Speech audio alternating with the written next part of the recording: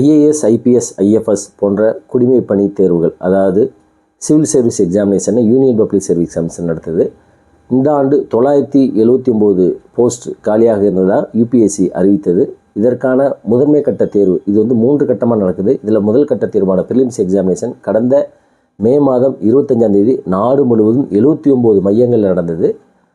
இதை 10 லட்சம் பட்டதாரிகள் விண்ணப்பித்ததில் 6 லட்சம் பட்டதாரிகள் இந்த ப்ரிலிம்ஸ் எக்ஸாமினேஷன்ஸ் எழுதினதாக தகவல் வெளிவந்தது.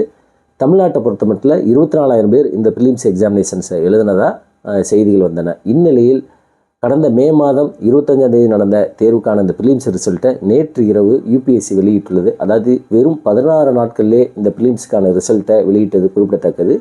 இந்த மெயின்ஸ் எக்ஸாமினேஷன்ஸ்க்கு 6 லட்சம் பேர் எழுதியதில் 14,156 பேர் மெயின்ஸ் எக்ஸாமினேஷன்ஸுக்கு தயாராகிருக்காங்க. இந்த மெயின்ஸ் எக்ஸாமினேஷன் வர்ற ஆகஸ்ட் மாதம் நடக்க போது. மெயின்ஸ் எக்ஸாமினேஷன் 9 பேப்பரை கொண்டது அப்படிங்கிறது முக்கியமான ஒரு சாரம்சம். யூபிஎஸ்சி எக்ஸாமினேஷன் நடத்தக்கூடிய சிவில் சர்வீஸ் எக்ஸாமினேஷன் 3 கட்டமாக ப்ரிலிம்ஸ், மெயின்ஸ், இன்டர்வியூ ஜனவரி, பிப்ரவரியில் நடக்கும் அப்படிங்கிறதும். தமிழ்நாட்டை பொறுத்த மட்டும் சிவில் சர்வீஸ் எக்ஸாமினேஷன் ப்ரிலிம்ஸை 24,000 பேர் எழுதுனாங்க.